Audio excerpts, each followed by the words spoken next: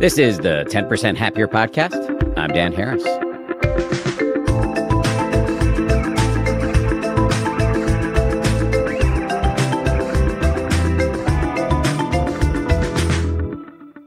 Hello, everybody. How we doing? You may have heard me make the point before that friendship is often the missing piece in advancing your meditation practice.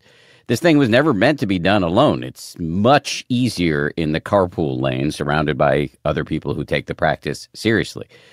That said, while friendships can make life magical, they can also be complex. I sometimes joke that we need other people, but other people can be a titanic pain in the ass.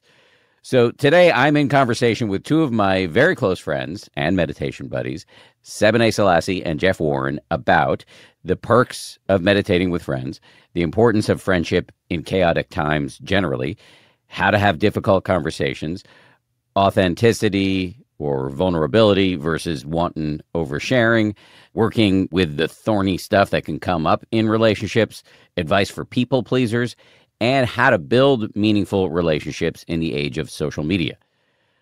A little bit more about my guests before we dive in. I suspect many of you know Seb and Jeff, but here we go anyway. Sebene Selassie is an author and meditation teacher. She writes the popular Substack newsletter Ancestors to Elements, and she wrote a book called You Belong.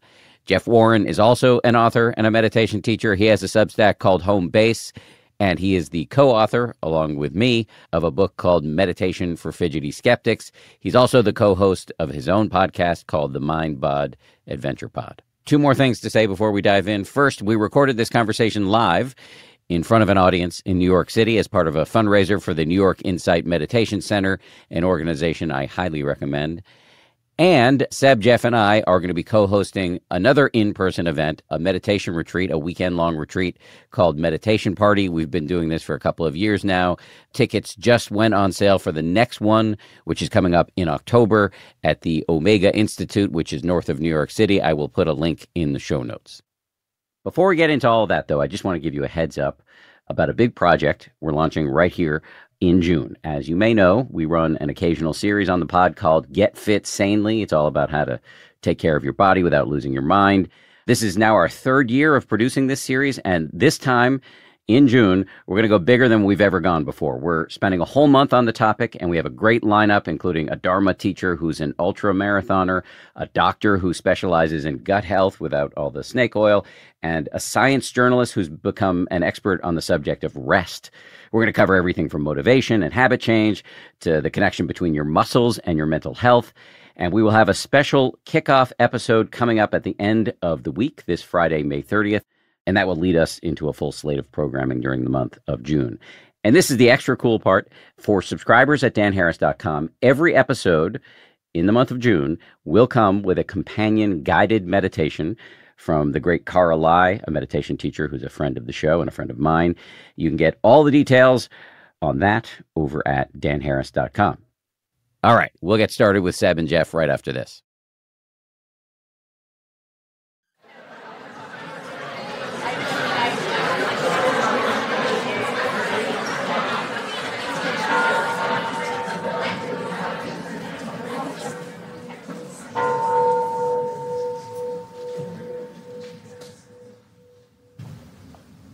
Okay, so the theme of this evening is spiritual friendship. What does that even mean? So many of you are probably familiar with the story. Some of you may not be, of the Buddha and his faithful attendant, Ananda, his cousin, who asked him, is it true that spiritual friendship is half of the holy life? And it's really interesting that because the Buddha, when you look at the translation of this text, it has a lot of exclamation points. Because the Buddha says, no, not so, Ananda, not so. Not so, Ananda, not so. Spiritual friendship is the whole of holy life. So it's a really powerful statement and idea. And we're going to explore maybe why the Buddha might have said that, and also what that means for us. Like, what is spiritual friendship? So we'll start with that emphasis. and maybe explore like what does that mean for us. Why do you think let's just start on the question of the Buddha. Why do you think he made that point and so emphatically? I think like pointing back to the indigenous wisdom, I think it is all relationship. Our whole entire existence is relational. And that's relationship with ourselves, with other humans, but also with other than human. If we go to the heart of that indigenous teaching, which these teachings are as well. And it's how are we relating?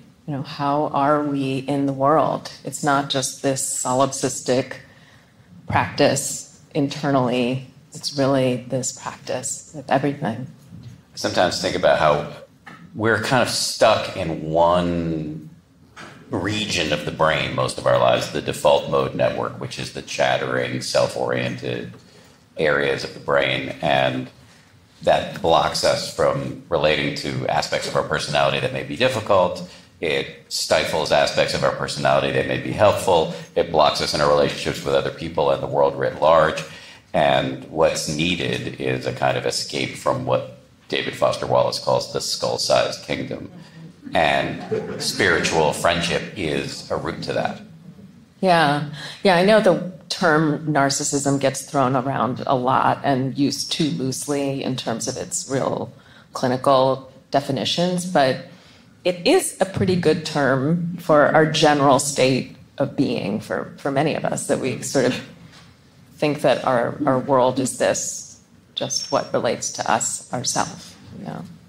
So friendship, spiritual friendship in this regard doesn't mean necessarily you have to hang out with more Buddhists. It can be that you're just relating to other humans or other beings or the world writ large as a matter of habit, as a matter of practice.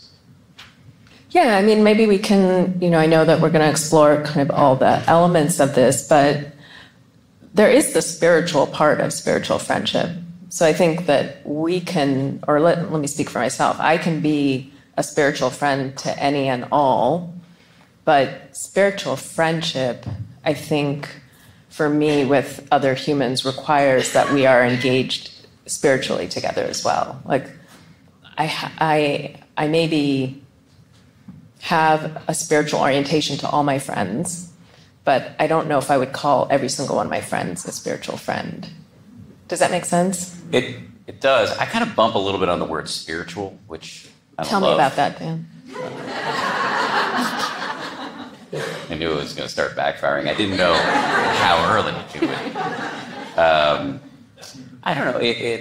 What does that even mean? What is spirituality? I think there are a number of words that get used in our world a lot that irritate me, and this is one of them. In part because maybe sometimes it gets used in ways that I find annoying, and then also there's the lack of specificity around it.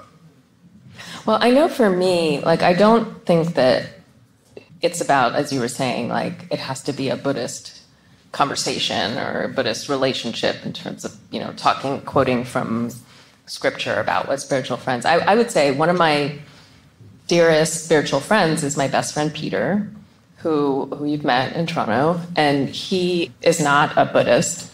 He doesn't meditate regularly, although he's been on retreats. And I know him to be deeply wise, to really have an orientation to the world that is holistic in terms of not just thinking about the world and not just having an action-oriented relationship to the world, but really being deeply invested in friendship and relationship and spirit in the sense of, like, we are more than just this meat suit, and having a relationship to the elements and to nature. And so I would consider Peter one of my best spiritual friends. And he's not religious, and he's certainly not a Buddhist. So yeah.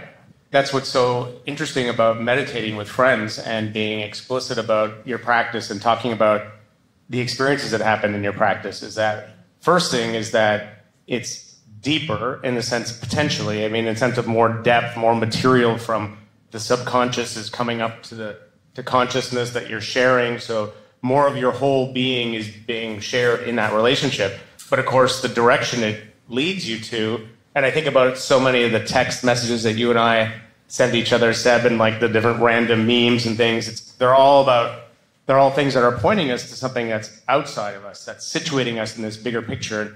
And in that sense, like a spiritual friend is someone who's like, yeah, get over yourself. I'm going to support you. I'm going to encourage you. I'm going to hear the things, and we can be real and human together. But there's this bigger context here that is kind of explicit in so many of the interactions and the way that you're proceeding.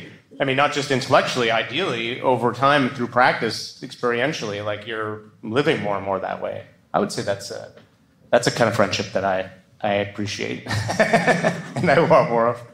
Yeah.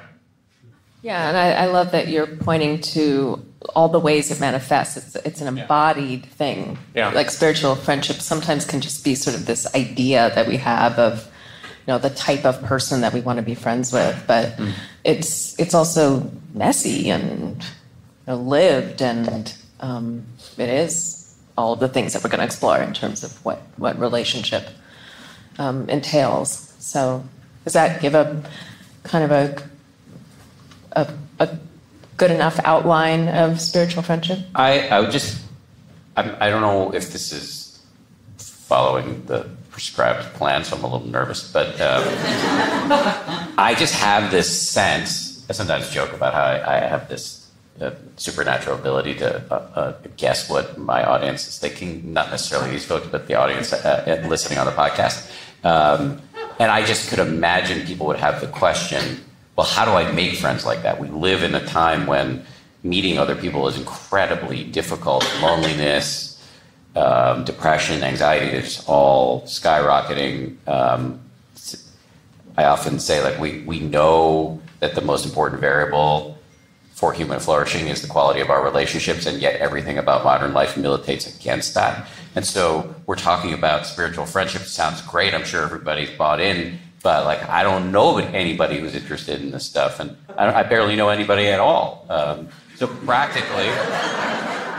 But you know yourself, you stand in the mirror and go, I am a spiritual friend. I'm a spiritual friend to you and to you. That doesn't happen really, does it? I mean, that gets to our first kind of point that relationships starts with relating to ourselves. So there is a spiritual befriending of ourselves that has to happen. Also because most of our wounds are relational wounds. So we want to know what our challenges are, what our patterns are, so that we're not entering into relationships with all of that mess. We will be entering with that mess, but at least we'll know what our mess is. Right. So if we just rush out looking for quote-unquote spiritual friends willy-nilly without doing any preliminary work or self-inquiry, it's unlikely to be successful. I've experienced that. Yeah, I mean, the spiritual friend thing was not even one that we were the one necessarily. Like, let's talk about spiritual friendship. I don't think I've ever framed it in that way. I think about friendship, and I think friendship is about, that's an inquiry. It's an inquiry into, like, how are you in relationship with people? How do you relate to? Are you willing to see someone for who they are? Are you willing to have a kind of unconditional acceptance? Not saying you wouldn't be critical. Like, are you interested in the character in their faces? Are you making contact with them? Are you noticing what's in the way of yourself doing that? And then, so what makes it spiritual is more like how you're showing up for yourself and your capacity to show up for them in that way. But I mean, is that different than an other kind of just friendship? I don't know. I mean, that's why I think pointing to the bigger picture, I think of almost as more like a special interest. It's like you could be football friends. You're really into football, and you're really into good friendship, but you've got this peripheral culture of football that you're really into.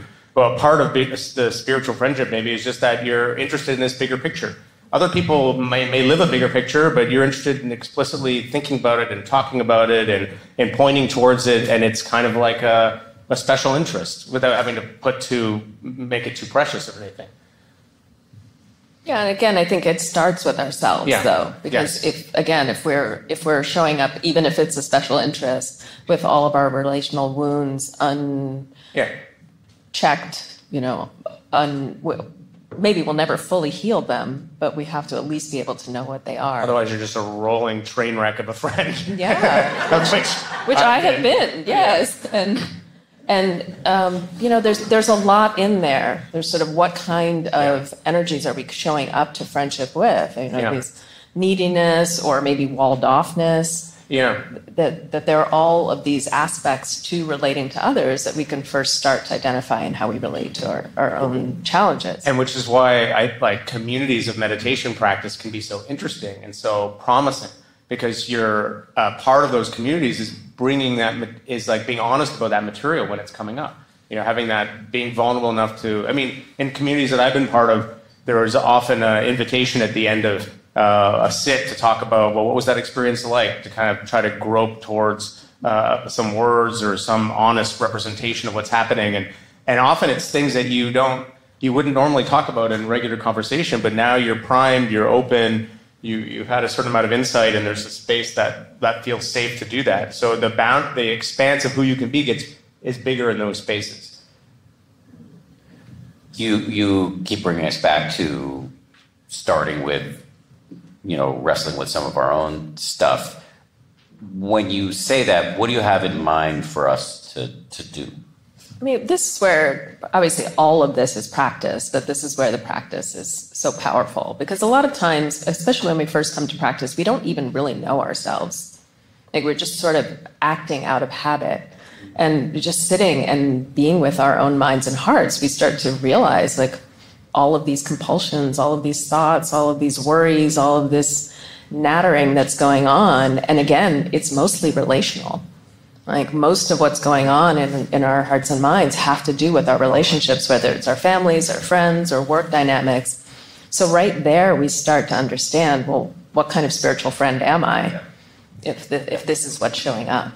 I have this vivid memory of being on my first meditation retreat quite a while ago, and hearing one of the teachers say something like, until you do this practice of meditation, you don't know what your life's about.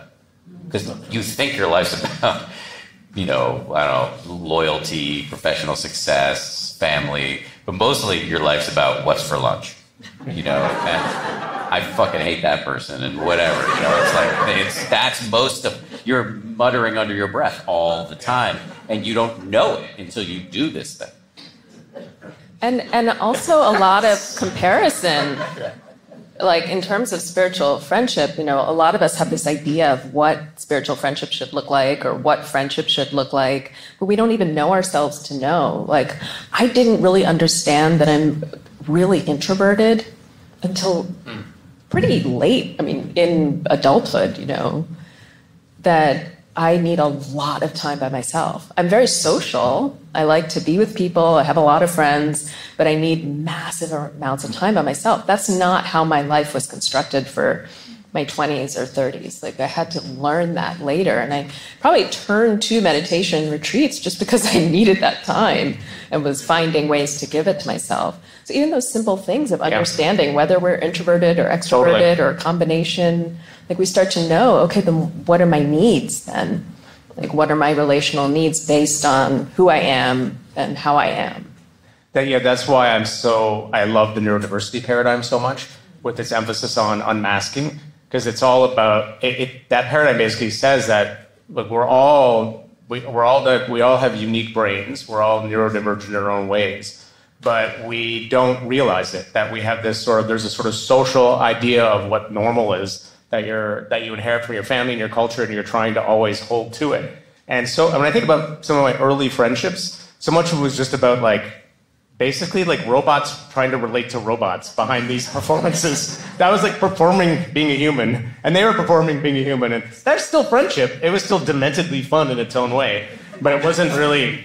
Could I say that I really knew who these people were, or they really knew who I was? I was just kind of performing what idea I thought about how you were supposed to be, as were they. And then through the practice, it's been this process of getting more and more real about yourself means that you can then communicate that, means that can be met in someone else. And now you're talking about, the space of real, authentic connection and I guess friendship, Yes, so much I think so much of the time in human relationships, it's persona relating to projection.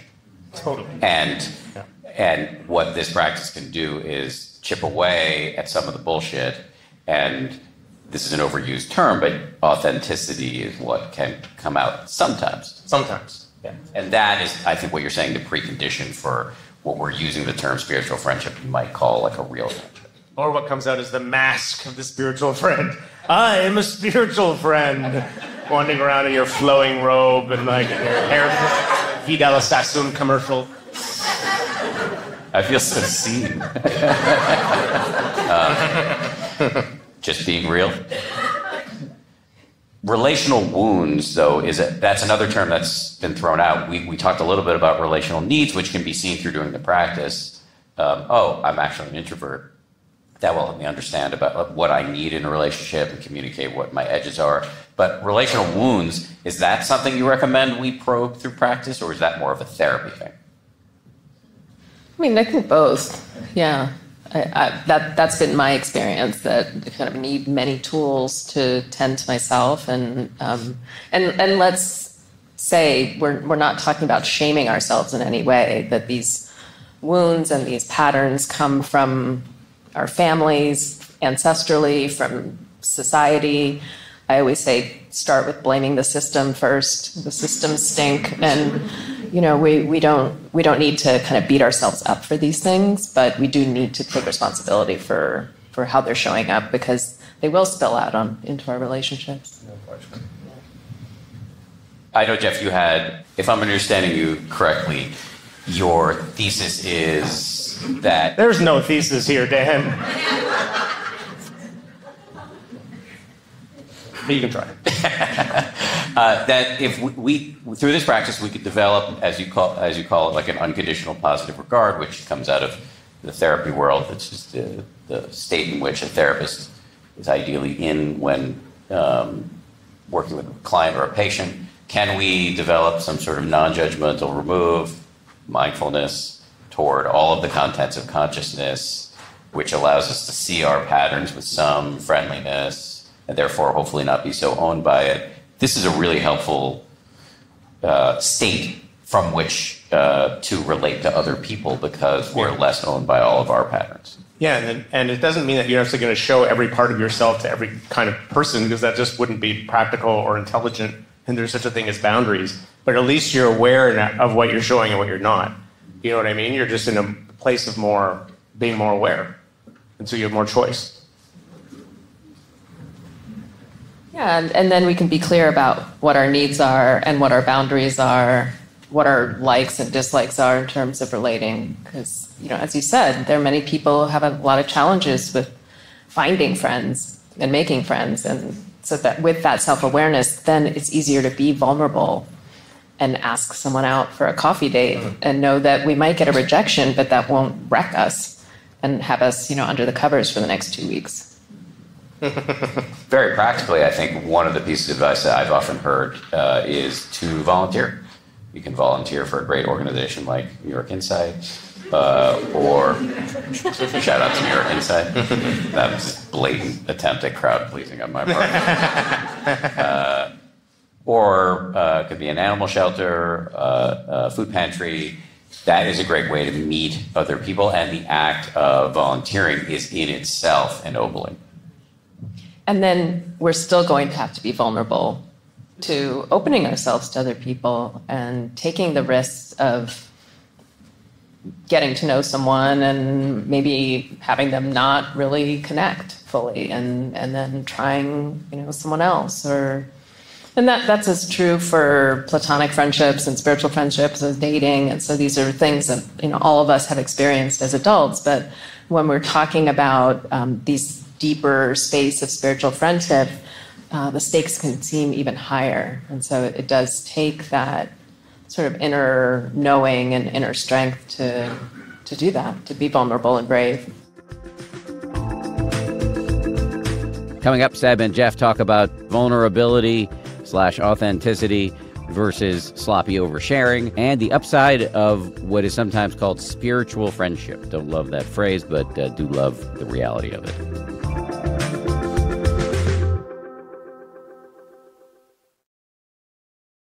Do you have a view on how you walk the line between, vulnerability has become something of a buzzword, and we're all exhorted to be more vulnerable, more open, more honest, more real, authentic, et cetera, et cetera. How do you walk the line between that as a goal and like wanton oversharing?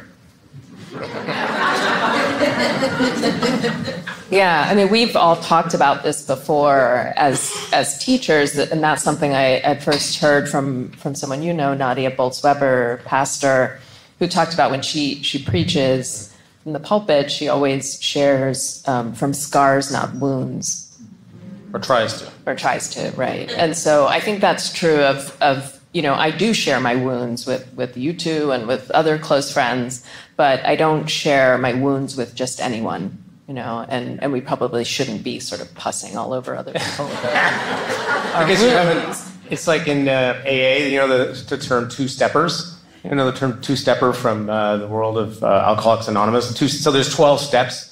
You're an alcoholic, you visit Alcoholics Anonymous, and you go through a process of learning to face your alcoholism and the various stages of kind of healing from that. And at the end, there's sort of you feel confident enough to be able to maybe support other people in that journey. The two-stepper is someone who shows up for the first meeting, is like totally on board with the whole thing. They're like, now I'm going to save everybody else, and then runs around trying to heal everyone from their alcoholism without ever having done the work of really working it out themselves. That's like teaching from your wound, not your scar. You're still inside the thing. You don't even know what you've learned about this thing yet. You're just getting slammed by life.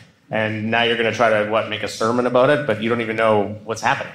Yeah, and in the realm of what you're talking about, of trying to make friends, there can be that quality of just like oversharing, overextending, and so that it takes some balance. But that's part of, I guess, the spiritual maturity in spiritual friendship. I think also you have to be willing to try and screw it up. I've sometimes heard about, there's an analogy people use when talking about right effort in meditation. Right effort is, I'm sure a lot of you Buddhists already know this, but right effort is, for me at least, one of the trickiest parts of meditation. It requires some effort, meditation does, but if you push too hard, which many of us type A people do, that can be very, very frustrating. And the analogy I sometimes heard is, it's like walking into a dark, empty room and trying to find the middle. So you got to bump into the far wall, and you got to bump into the close wall, and then over time you figure it out. And I think that learning how to be open and real with other people is going to require some experimentation, which is hard to do. Yeah, and in the Zen tradition, they talk about it as rough stones rubbing up against each other and smoothing each other in the process. So you're going to encounter difficulty. It's people. The nature of people is messy at best. There's a line, community is the art form of diversity, which I really like. Like a real community, not necessarily the friends you chose, but the people who show up in your community, they're not necessarily the people you would have chosen. So there's a whole learning around how to begin to relate to that real human variety that you're seeing. And just one other thing I just want to mention, again, from the kind of neurodiversity way of thinking about it, you're allowed to choose the kind of friends that work with the kind of style for you. I like the idea of parallel play a lot in autism circles, and sometimes you hear it in ADHD circles as well, where it's too intense, maybe, and for certain people to have one-on-one eye contact, hangout conversations, instead they can just be in this parallel stream of play. Like my son likes to play next to someone else playing. He likes to interact a little bit, but it gets a little overwhelming. He wants to be in this stream here, and that's fine. That's a way in which friendship can happen. But you have to be clear about what it is, what kind of mode you're comfortable in, and you're allowed to do that, to articulate that. What's the upside of spiritual friendship? Like, what have you gotten out of it? Oh my God. The upside is that you get to consider yourself as part of this giant magical mystery tour called reality, that who knows how the hell we got here, that seems to be teeming with different energies and mysteries, that has certain cultural patterns and biological patterns, but many more patterns inside them. You get to talk about that, you get to express it, you get to play with it. I mean, it's life. And if you're doing it all alone, you're kind of probably going to go crazy. So at least you need friends that kind of keep you, a little bit in the center, as you put it, not on the side of the wall going bang, bang, bang. But yeah, you get to inherit all that. And instead, what happens most of the time is you're in some kind of droid, narrow cultural context where you're just allowed to be in your cubicle and you're just going to talk to each other about sports and real estate. And it's like, bang, bang. And that's fine, that's your thing, but fuck that. Yeah.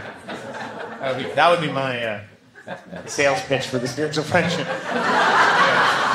It was also kind of a sales pitch for the Canadian weed. Sure. Well, I think you can get it in New York now. Yeah. I learned so much about myself through friendship, and not just the easy parts of, actually mostly not through the easy parts of friendship.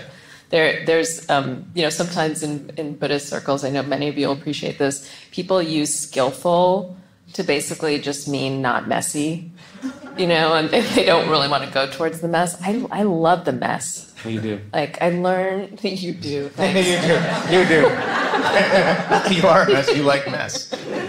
Because that's where the richness is. Dan and I famously had a conflict challenge in our relationship that we've talked about. Tell us about that. Oh, do you already talk about that? Let's hear more about that.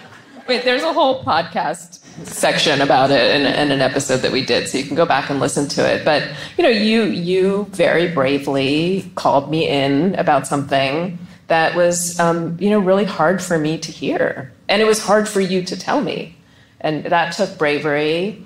It took a lot of, I think, patience on my part to listen to it and not just hang up the phone. It was hard because I realized I'd been a bad friend.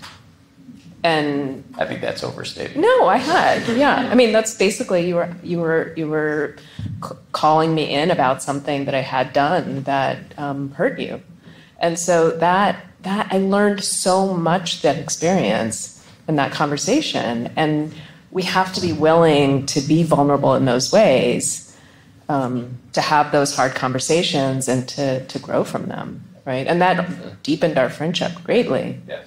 I mean, I've seen that over and over again. If you're willing to talk to people, and I say this as somebody who's constitutionally quite a frosty New Englander, and I prefer to stew in my signature mix of self-pity and resentment, and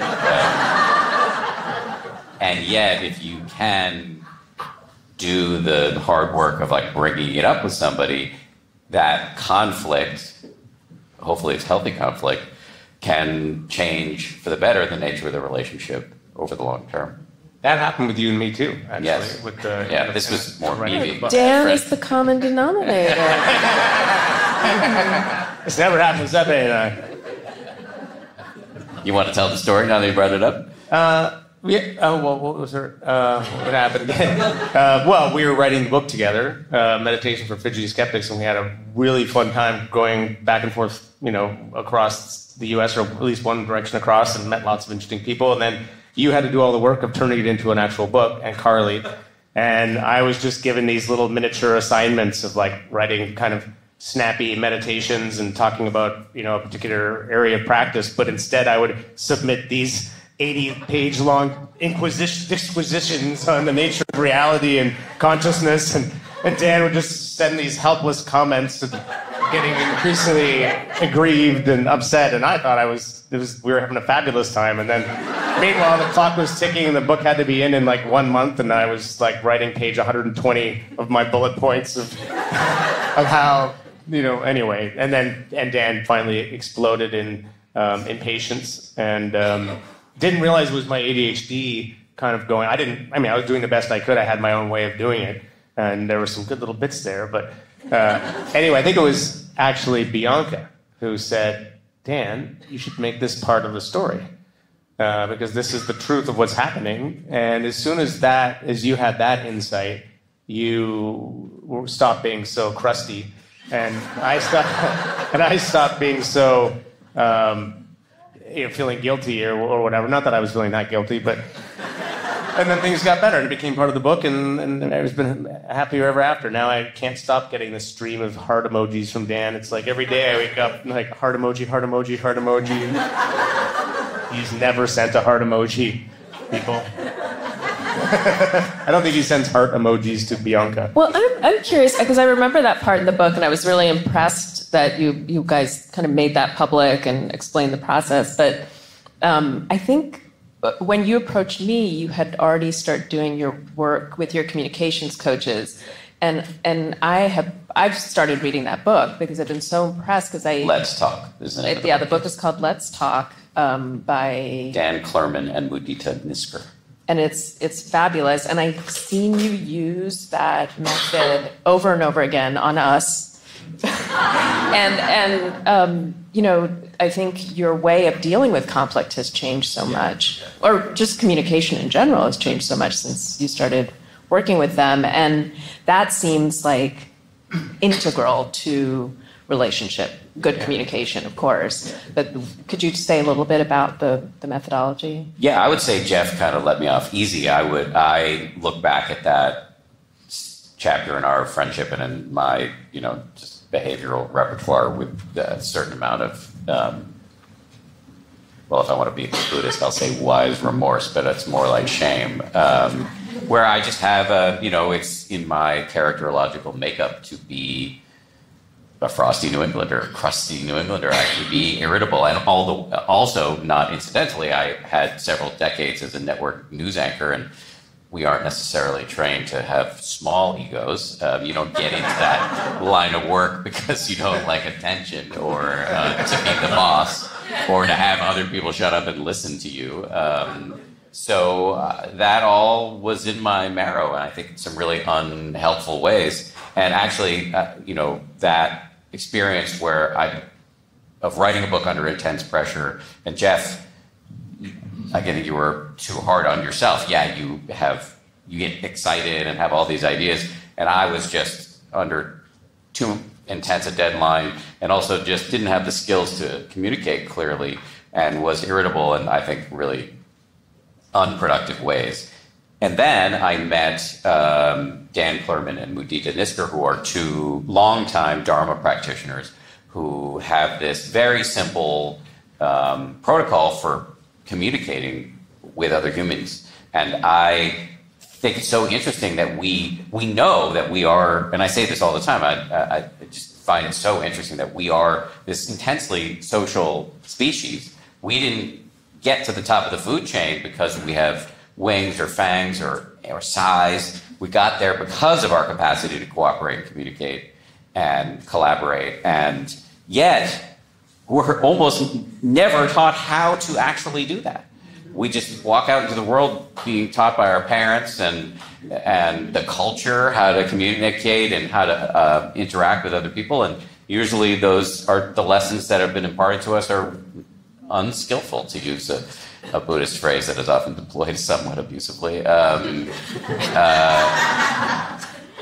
And to meet these brilliant Dharma practitioners who break down how to communicate very, very simply. I'll just give you a few examples of their little rules that you can take out into the world and use. One of them is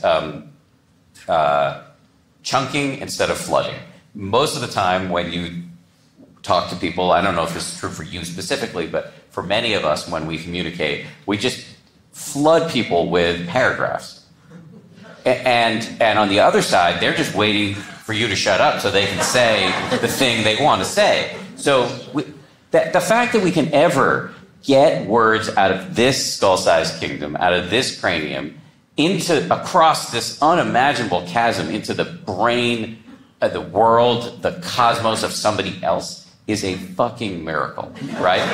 And yet, most of the time we're doing this maladroitly, ineptly. We're flooding them with information, too much for them to remember. We're framing it in a way that fires off the stress centers of their brain instead of engaging the rational part of the brain, and it goes haywire. I mean, we can just see it on a macro level in the way this culture is interacting with its different constituent parts, and we see it in our relationships all over the world. And to have skills to say, okay, I know when I go into this conversation, instead of flooding you with information, I'm going to chunk it. I'm only going to give you a couple sentences at a time, and then make sure at the end, does that make sense? Are you with me? Just that little, it's not rocket science, but very few people do it. Another example is something I talk about all the time, which is reflective listening. You heard me use it as interpersonal manipulation with these guys throughout this conversation. they say a thing, and then I say, if I heard you correctly, or here's what I heard, or you don't have to use that kind of little bit technique-y language at the top. You can just say, oh, so you're saying X, but briefly and in my own language, reflecting back to them what it is they've tried to communicate to me. And I kind of tongue-in-cheek call this manipulation. But it is manipulation, but of the most benevolent kind. Because what do we want? What does everybody want, whether they're aware of it or not? We want to be seen and heard. That is the fundamental human desire. And you can give that to people all day long. I play a little game where I try to see how many times I can get people to say this word in conversation. Exactly. It's an awesome game. And it will change the complexion of your entire day if you bring this into it. And so I probably needed these tools more than most people, but I recommend them to everybody. And it can be part of your spiritual friendships or regular friendships or your parenting. I use it a lot as a boss. It's massively, massively helpful. It's vital to conflict, yes, for sure. But I've seen you evolve to use it all the time. Yeah. Like one of the things Mudita says is that, and she's trained as a therapist, that you can do all of this work in meditation and therapy to change who you are, and that's great. But you can also start at the tip of the spear, which is how you communicate. And as you change that, it reverse engineers the whole thing. And so you can say I evolved, but I don't feel like in some ways it doesn't even feel like that deep of work. I just learned how to be like 75% less schmucky in my utterances. And that had a huge kind of reverse engineering effect for me. Well, I think, okay, yes. And I think that there's also this capacity for, the classical teachings on mindfulness have this refrain over and over again that we're aware in all these ways, of our bodies, of our thoughts, of our emotions, of our reactions to things. But we're aware internally, we're aware externally, we're aware both internally and externally. But we mostly focus on the internally in our meditation practice. But what I see you done is actually pay a lot of attention to the externally and both internally and externally. And that's really what's happening with that kind of listening practice is really about attunement. And so much of relationship is about attuning to others, I think the point I was trying to make is that you can talk about, changing your heart, changing, having finding yourself, having a fun, all these spiritual cliches.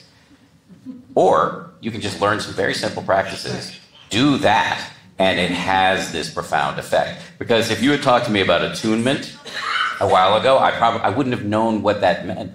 But if you just teach me how to do reflective listening, which is basically interpersonal journalism, right? Somebody says something, I repeat back the headline. It doesn't require some massive amount of internal work on my part. That happens as a consequence. The attunement comes, but if you just give somebody a simple tool, you're almost gamifying it. Coming up, Seb, Jeff, and I talk about the importance of friendship in insane times, and then we take some questions from the audience on tough topics such as what to do if you're a people pleaser, how to have difficult conversations, and how to build meaningful relationships in a digital age.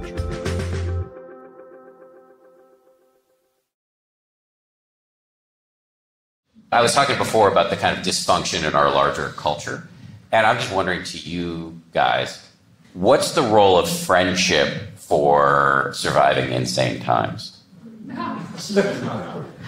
Everything. Everything, I agree. You need to surround yourself with you need your culture. I mean that in the best possible way. You need your people. You need where you want to be able to move outside it to hear different views, absolutely, but you need to be able to feel safe. And friendship is fundamentally about safety too. I mean, real friendship. So I think you're going to need your group. You just make you feel a lot less alone, and also that generates energy for wanting to do something and to make change, and because you can't do it alone. Yeah, and I think that the role of spiritual friendship is really important here because I'm going to forget his name, but Lama Darwin, I forget his last name, I heard him say once, it's not about taking sides, it's about taking a stand. But there are no sides, it's all one planet. And we're talking about real safety and connection and organizing that's going to have to be done. And to be able to do that with people who can hold the paradox and the complexity of the awareness of our interbeing and our interconnection at the same time that we're going to have to draw really strong boundaries and have protective practices, that's a hard paradox to hold. And a lot of people, including in activist communities, are not grappling with paradox, right? So our spiritual spaces, our sacred activist spaces are the places where we can do that work and be our truest selves and be really authentic with understanding the magnitude of this without having to go into this diluted, separative consciousness space. Yeah, can you work for justice without there being any enemies? What I heard you say. There's a little phrase that I love that I probably use too often, but I really love it. And I would just end this part of the conversation with this is never worry alone. And I think it's never been more relevant than right now, perhaps, in our lives. So don't do this tumultuous time as a solo endeavor. Make it a team sport. Let's do some Q&A. We would love to hear from all of you guys. Raise your hand if you, here we go. I'll get you. Hi, thank you. My name is Leanne, and my question is, what advice would you have for people pleasers as they build spiritual friendships? Thank you. I think the people annoyer probably should not answer that question.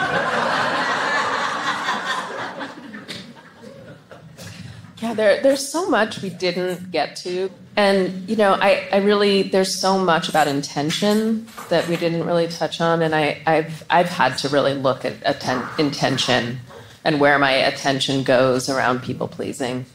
Because it's often about me trying to fill some hole in myself. That there's some way in which I'm trying, there's a grasping quality to it that's really not generous. It may look like generosity, but it's not, and it's not attuned, right? It's not really in relation to what that person might need and what I might need in that moment. So there's so much we could have said about a real practice of knowing ourselves, knowing where our intentions are coming from, what we may be missing, that we could give to ourselves first.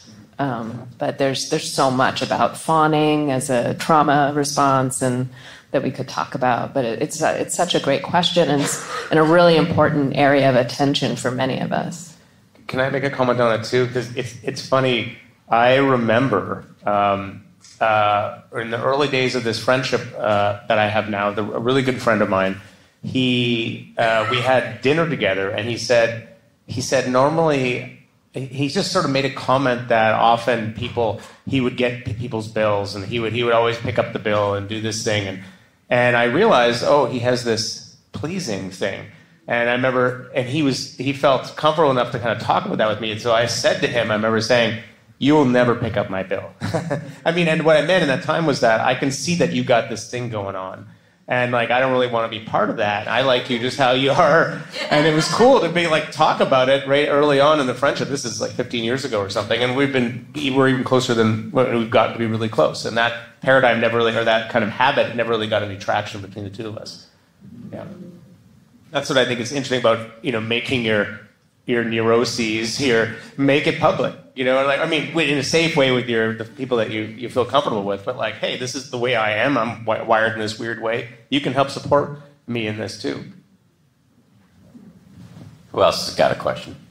I see somebody right back there. Hello, my name is Tamsin. One of the things that occurred to me as you were talking was this interplay between the internal work and then getting out and playing, the external manifestation of the internal work in your relationships. A few years ago, I was going through a really hard time. And I realized that the three groups of people who I had the best relationships were Buddhists, in communities were my friends in ethical non-monogamy relationships and my friends who are in recovery. And I was thinking about this theme of the internal and then the external.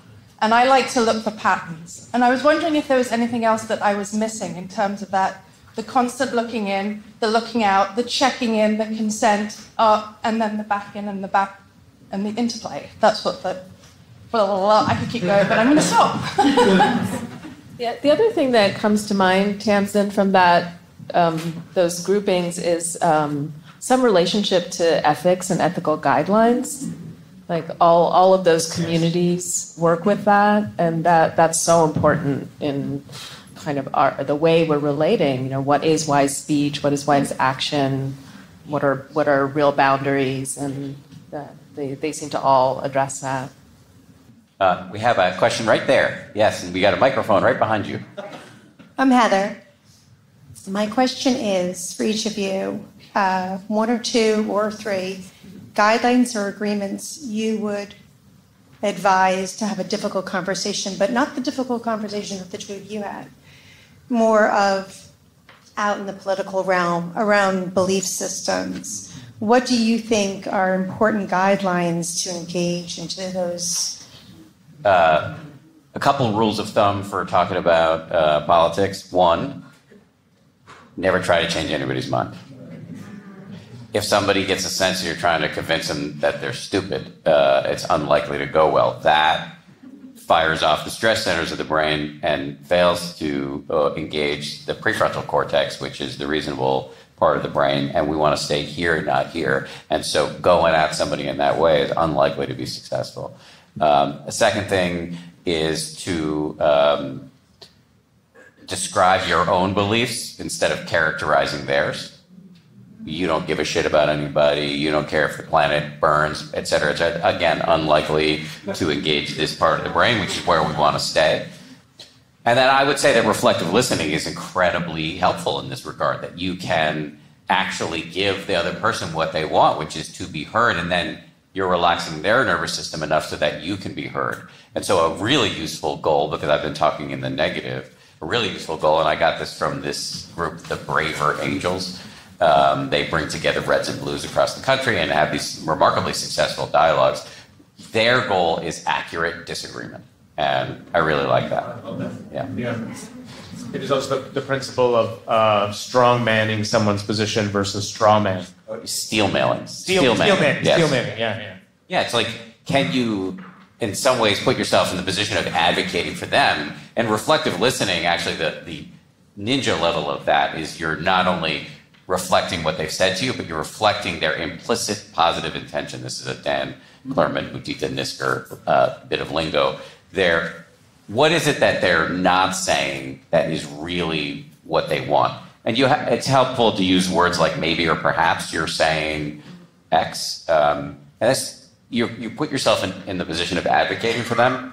It's delicate in a political disagreement because you don't want to be advocating for things that you find horrendous. But if you probe people's views, often their positive intention, like what they want, not in the negative, or I hate this person, or I hate that person, I want this to go away, is they want safety, or they want belonging, or whatever it is. And so you can suss people out in those ways that I think brings it to a much more constructive level. And you are, if you're anything like me, likely to screw this up once in a while.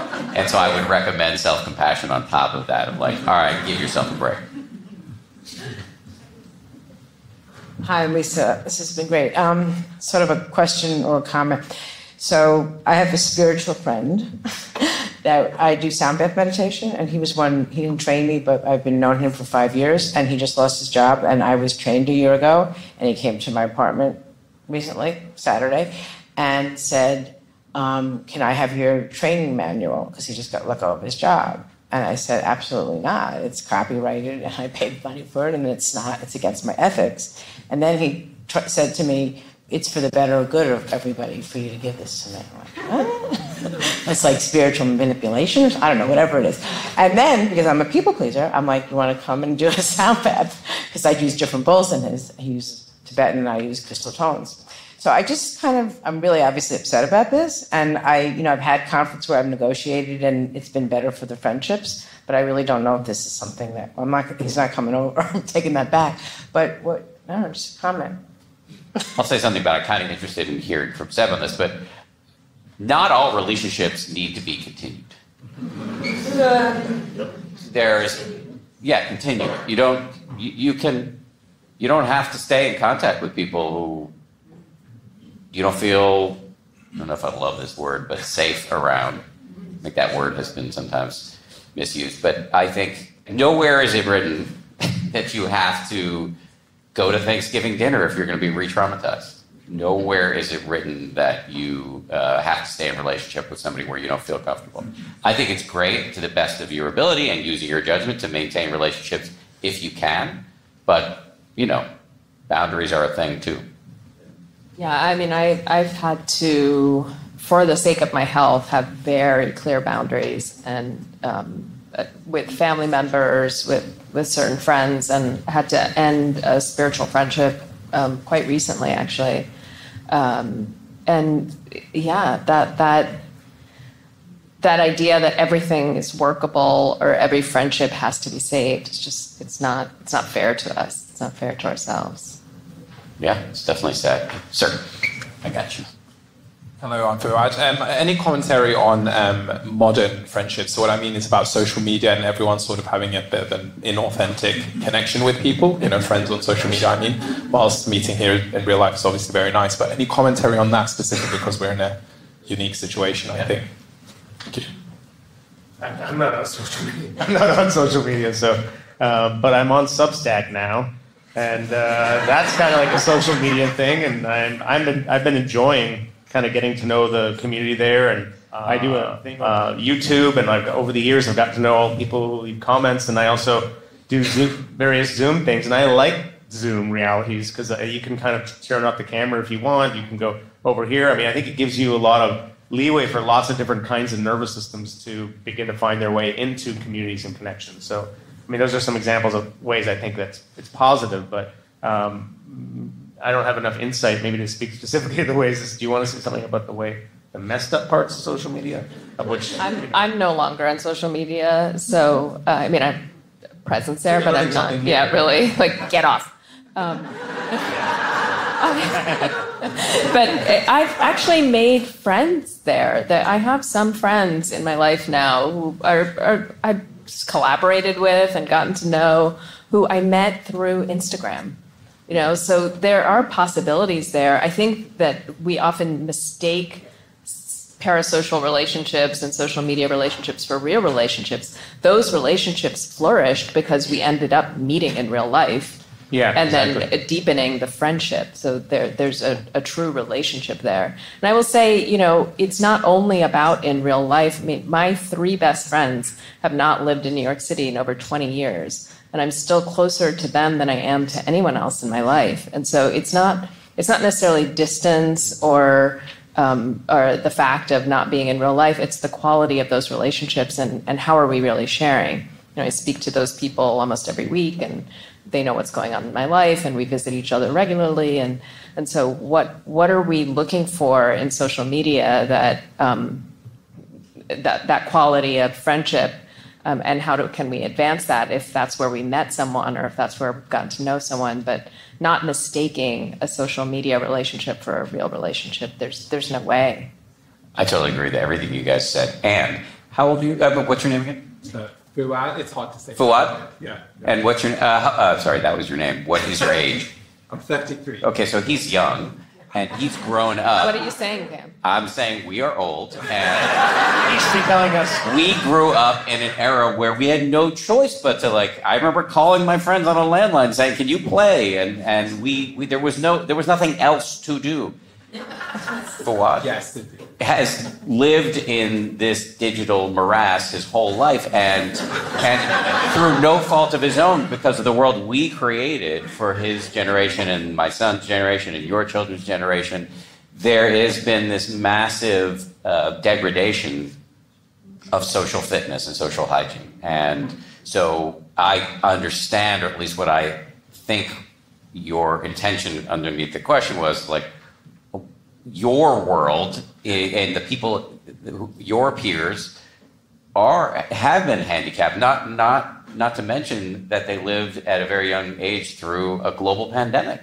And I think there's just a lot of distress and a lot of the things that we take for granted because we were socialized in a pre-digital era those aren't realities for younger people right now. And so, yeah, I do think it's possible to have a healthy relationship with social media, but it is difficult, especially when it's been your reality for most of your sentience. And, when you look at your phone, it is you facing off against the most powerful supercomputers on Earth, designed by the most brilliant minds on Earth, and you are unlikely to win.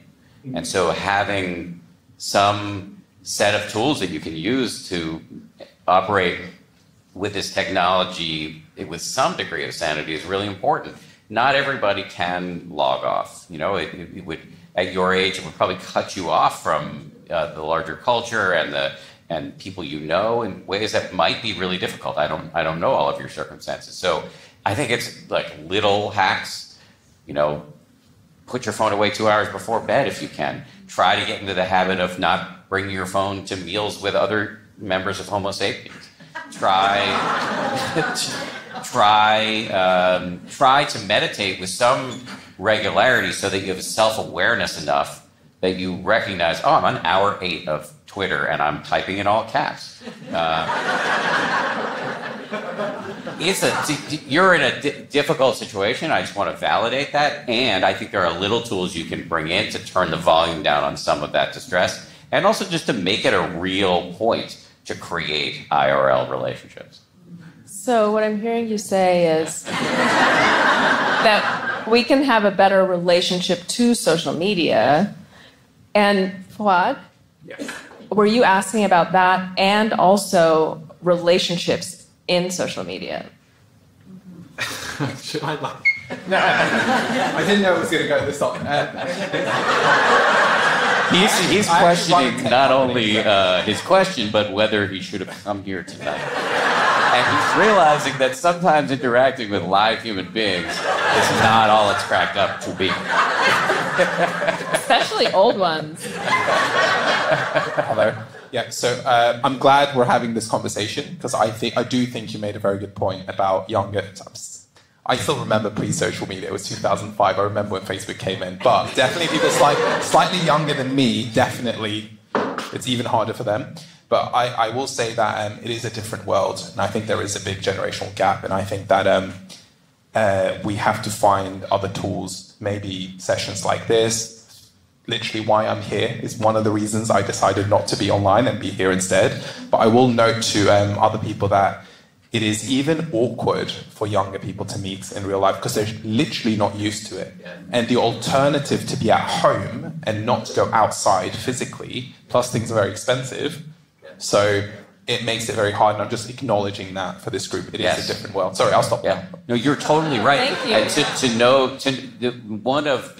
I think there are two noxious wellsprings of this current anxiety epidemic.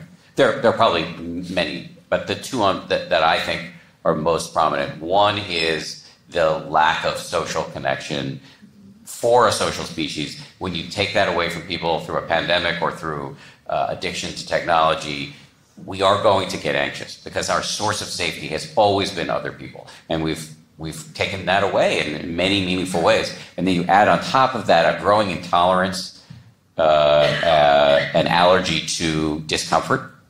So we've created, again, this is people our age and older creating this world for you. So I'm not blaming you at all.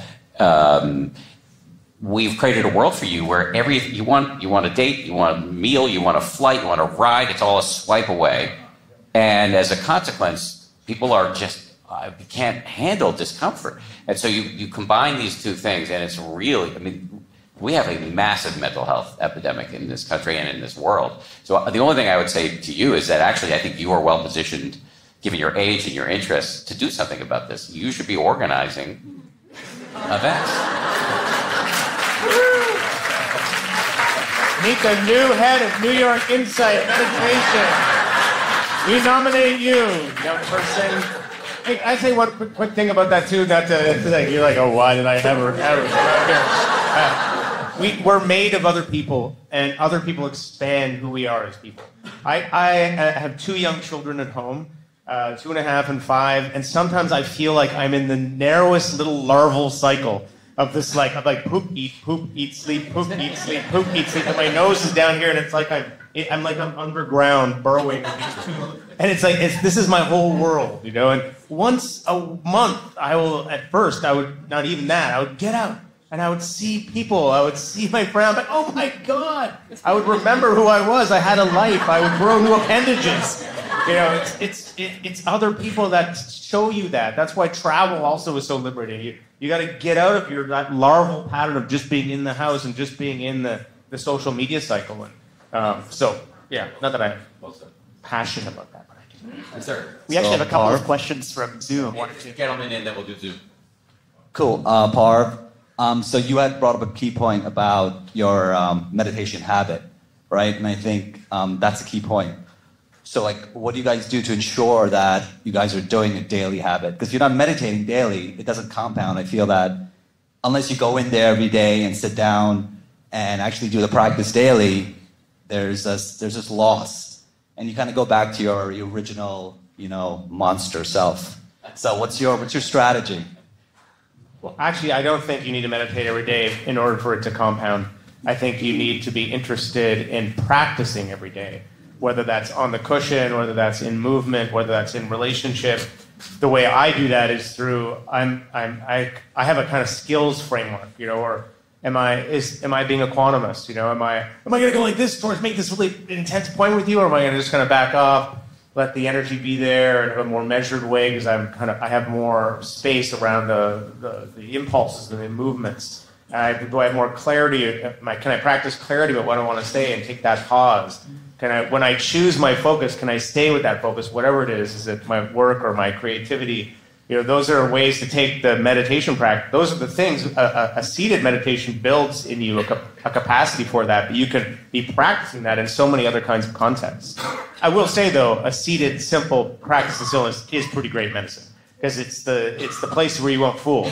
You're at least likely to fool yourself. You know what I mean? So. I think in terms of strategy, coming back again to knowing yourself, it's really helpful to know what helps you because some people are really disciplined. And, if they decide they're going to do something, they do it. Those people are called annoying. Or Dan. And a lot of us need accountability. We need structures. We need, meditation partners or take classes or workshops or find ways to build up those habits for ourselves. So it's really, really knowing how you build habits can be really helpful. Well, I know we're close to time, but please, if you'll indulge me, I just want to take a question or two from Zoom. Yes. Thank you so much. This is Tashi. We have a question from the chat that I want to lead off with. She asked me to read it out. What if your main relationship is with someone who is not into meditation nor having these deeper conversations? Any advice? Thank God. I kind of mean that. I mean, you want to have diversity in your friendships as well. I think if I were only around people who like meditation, I would probably go completely insane. So I'm lucky enough in my life that I have friends that have, know nothing about it and have very little interest in it. Yet they're still self-aware in their own right. I mean, the issue in a relationship is: are they interested in learning about themselves? Are they open to feedback? Are they willing to go into mystery with you? Are they is there a sense in which there could be growth together? Those seem to me to be the questions in a relationship. Whether or not that involves a spiritual practice or not is there's lots of ways to develop in that way. There's some data to show that a happy marriage actually depends upon having platonic friendships that supplement it. If you're looking to one person for everything, it's a pretty good recipe for disappointment. Yeah. We're bringing some Zoom questioners. Hi. Hello. So great to see all of you. I had a quick question about just the chemistry between the three of you. It's just magic. And I've noticed this both when I'm listening to just your voices and when I see you on stage. Why do you think that is, and what is it that makes the three of you such great spiritual friends? Well, Jeff and I do what we're told. I think that's a really good...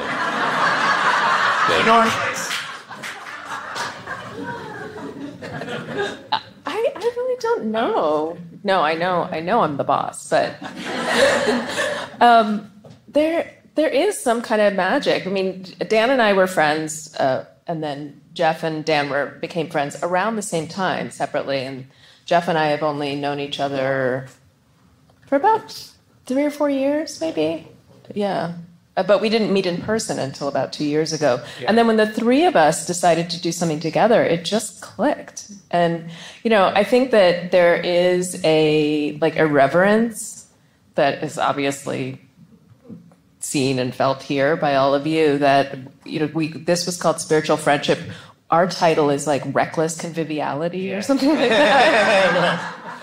Yeah. So maybe that's part of it. What do you guys think? I agree, Jeff.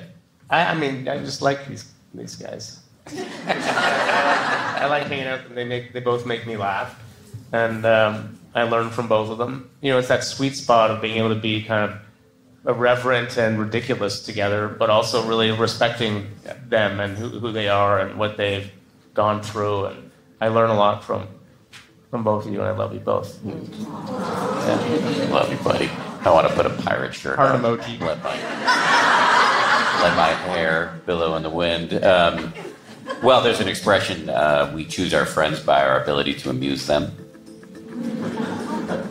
Everybody should support New York Insight Meditation Center as much as possible and be as generous as possible. They're amazing.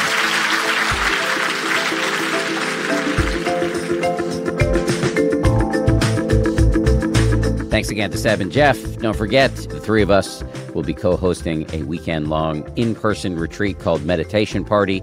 Tickets just went on sale for the next one, which is coming up in October at the Omega Institute. You can buy tickets at the same link, which I will put in the show notes.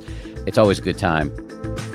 Don't forget, coming up in June, we've got this huge Get Fit Sanely series we're launching. And if you're a subscriber over at danharris.com, you will get guided meditations tailored to each of the episodes. You can get much more information on that over at danharris.com. Finally, thank you to everybody who worked so hard to make this show. Our producers are Tara Anderson, Caroline Keenan, and Eleanor Vasily.